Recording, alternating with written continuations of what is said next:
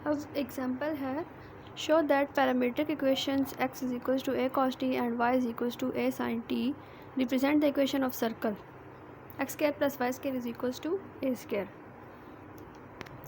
अब आपने ये देखना है कि हमने प्रूफ क्या करना है। X square plus y square है तो आपने दोनों इक्वेशंस को स्क्वायरिंग कर लेनी है। पहले एक्स के ऊपर स्क्वायर है, फिर वाई के ऊपर स्क्वायर, फिर उसके बाद हम ये दोनों ऐड हो रहे हैं, बीच में प्लस है तो दोनों इक्वेशंस को प्लस कर दें। X square plus y square और इस साइड पे a square cos square t plus a square sine square t.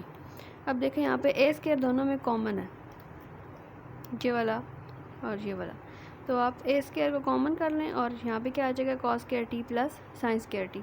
अभी हमारे पास एक आइडेंटिटी है cos square theta plus sin square theta is equals to 1, तो ये सिंपल ए स्क्वायर आ जाएगा। यहाँ पे हमारे पास 1 है तो a square into 1 a square ही होता है।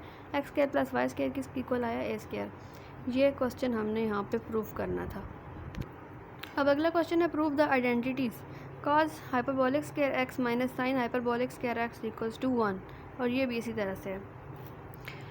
अब हमें पता है साइन हाइपरबोलिक एक्स की वैल्यू जो मैंने आपको पीछे बताई थी, और कॉस हाइपरबोलिक एक्स की भी वैल्यू हमें पता है। अब हमने इसको ऐसे ही सॉल्व करना है। यहाँ पे हमारे पास दोनों क्वेश्चंस के ऊपर स्क्वायर है तो आपने इन दोनों के ऊपर स्क्वायरिंग कर लेनी है। स्क्वायरिंग करने से हमारे पास साइन हाइपरबोलिक स्क्वायर का ये आंसर आएगा और कॉस हाइपरबोलिक स्क्वायर एक्स का ये आपने कैसे करना है, a plus b whole square करेंगे तो a square plus b square plus 2ab, ये बीच में माइनस है तो ये माइनस 2ab हो जाएगा, और ये वाला प्लस है तो यहाँ पे हमारे पास प्लस 2ab हो जाएगा। फिर उसके बाद क्वेश्चन क्या है, cos hyperbolic square x minus sin hyperbolic square x, तो आपने यहाँ पे क्या करना है, दोनों इक्वेशंस को सब्ट्रैक्ट कर देना है। सब्ट्रैक्ट करने से हमारे पास इन दोनों का एलसीएम 4 आएगा, ऊपर ये सब ऐसे ही आ जाएगा। अब ये e की पावर 2x है और ये e की पावर ये प्लस में है और ये माइनस में है, ये दोनों कैंसिल हो जाएंगी। e की पावर माइनस 2x है और ये माइनस e की पावर माइनस 2x है, तो ये दोनों भी कैंसिल। फिर हमारे पास ये 2 और ये वाला 2 बच जाएगा। 2 + 2 4, 4/4 1, तो ये हमारे पास किसके इक्वल है, 1 के। ये चीज़ हमने प्रूव करनी थी। अब अगले क्वेश्चन में भी हमने ऐसे ही करना है, दोनों इक्वेशंस का स्क्वायर करना है, फिर उनको प्लस करना है, फिर उसको हमने इसकी इक्वल लेकर आना है।